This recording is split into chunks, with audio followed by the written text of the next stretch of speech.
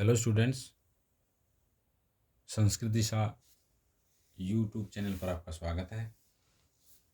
आज हम अनुष्टुप छंद को करेंगे। अनुष्टुप छंद में 4 चरण होते हैं और प्रत्येक चरण में 8 अक्षर होते हैं। इसका लक्षण है श्लोके षष्ठम गुरुजेयम सर्वत्र लघु पंचमम द्विचतुष्पादयोर्हर्षवम सप्तमम दीर्घम अन्ययो। श्लोक के प्रत्येक चरण में षष्ठम छठा अक्षर गुरुजेयम बड़ा होता है। सर्वत्र लघु पंचमम, सर्वत्र प्रत्येक चरण में लघु लघु होता है पंचमम पांचवा अक्षर। कि प्रत्येक चरण में छठा अक्षर तो गुरु होगा और प्रत्येक चरण में पांचवा अक्षर लघु होगा। द्विचतुष्पादयोर हर्षवम सप्तमम, दूसरे और चौथे चरण में हर्षव होगा सातवां अक्षर दीर्घम अन्ययो, और पहले और तीसरे में दीर्घ होगा। तो क्या अर्थ हुआ कि श्लोक के प्रत्येक चरण में छठा अक्षर तो बड़ा होगा और प्रत्येक चरण में पांचवा अक्षर हर्षव होगा। दूसरे और चौथे पाद में सातवां अक्षर हर्षव होगा, पहले और तीसरे चरण में सातवां अक्षर दीर्घ होगा। उदाहरण इसका श्लोक लिखा हुआ है, अयम निजय परोवेति गणना लघु चेतसाम उदार चरिता नाम तु वसुधैव कुटुंबकम। इसकी व्याख्या करते हैं, अयम निजय कि यह मेरा है, परोवेति और यह तुम्हारा है, गणना लघु चेतसाम ऐसी गणना छोटे हृदय वाले करते हैं। कि यह मेरा है, यह तुम्हारा है, यह गणना छोटे हृदय वाले करते हैं। उदार चरिता नाम तू, जो उदार हृदय वाले हैं उनके लिए तो वसुधैव पूरी धरती ही कुटुंबकम परिवार है।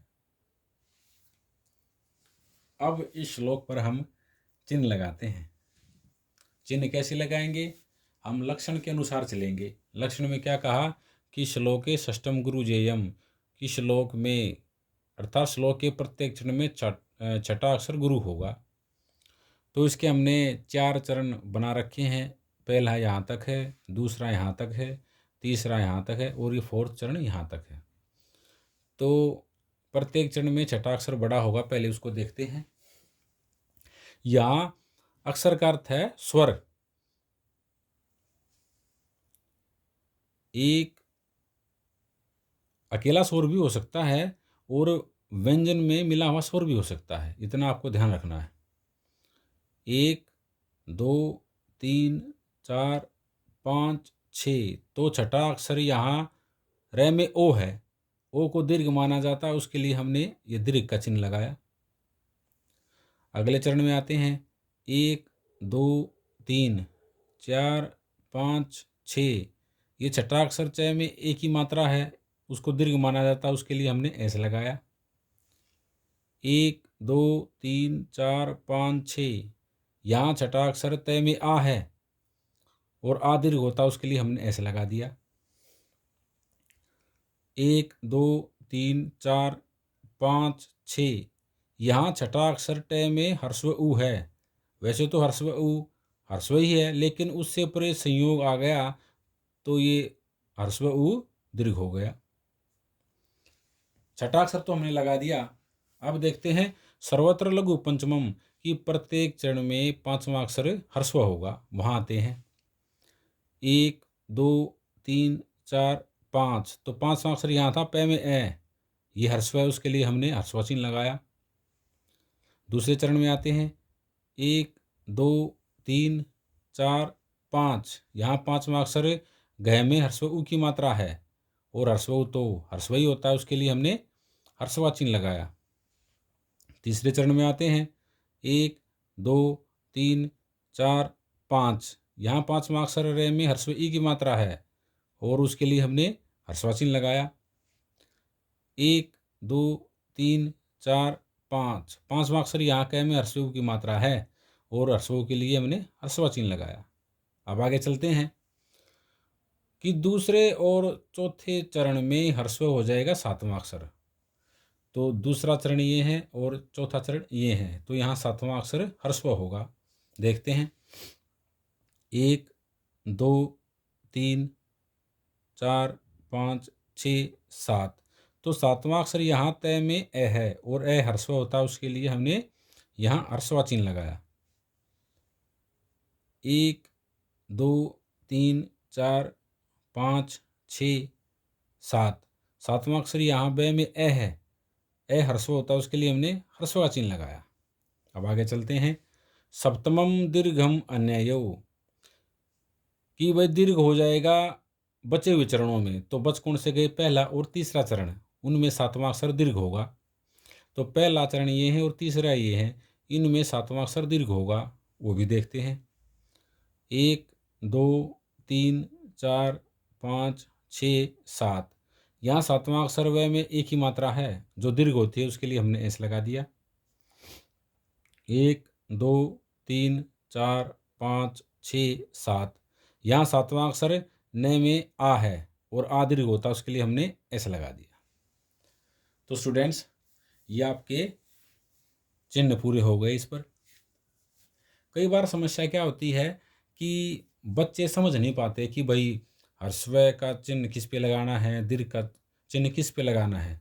उसके लिए मैंने इसमें थोड़ा सा ये नोट किया है, इस पे भी देखेंगे, ध्यान देंगे हम सब। ह्रस्व स्वर कौन कौन से माने गए हैं? अ ई उ री लरी, यानी ये जो हमारे स्वर हैं ये ह्रस्व माने गए हैं। इन पर ह्रस्व का चिन्ह लगेगा, यानी आय का चिन्ह लगेगा। दीर्घ स्वर कौन से हैं? आ ई, दीर्घ उ, दीर्घ री, ए ओ, आई औ, ये दीर्घ स्वर हैं। इन पर चिन्ह लगेगा तो एस का चिन्ह लगेगा।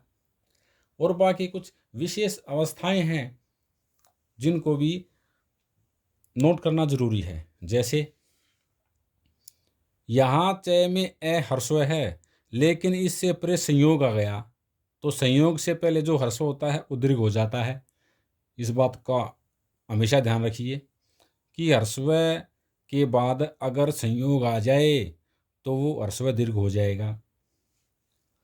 अब यहाँ देखिए, जैसे मैं में ए है, ह्रस्व है, लेकिन उससे परे विसर्ग आ गए, तो विसर्ग से पहले जो ह्रस्व हो वो दीर्घ हो जाता है। आगे देखिए, यहाँ मैं में ए है, लेकिन ऊपर अनुस्वार है, तो जिस ह्रस्व स्वर के ऊपर अनुस्वार हो वो भी दीर्घ हो जाता है। कई बार अवस्था क्या होती है कि चरण के अंत में ह्रस्व अक्षर है और हमें दीर्घ की आवश्यकता है, तो उसको दीर्घ मान लेना चाहिए। जैसा यहाँ देख लीजिए रामम है, यहाँ मैं में ए है, ह्रस्व है, और मान लीजिए हमें आवश्यकता दीर्घ की हो तो हम इसको दीर्घ मान लेंगे। उसी तरह से अगर चरण के लास्ट में दीर्घ दे रखा है और ह्रस्व की आवश्यकता है तो उसको ह्रस्व मान लीजिए। जैसे यहाँ लिखा में आ दीर्घ है और मान लीजिए हमें ज़रूरत ह्रस्व की है तो हम इसको ह्रस्व मान लेंगे।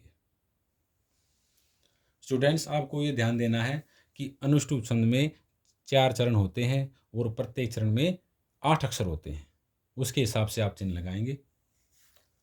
तो स्टूडेंट्स, अगर आपको हमारा वीडियो पसंद आया हो तो हमारे चैनल को सब्सक्राइब ज़रूर करें और बेल आइकन को प्रेस ज़रूर कर लें, ताकि जब भी हम कोई नया वीडियो डालें आपको उसका नोटिफिकेशन मिल जाए।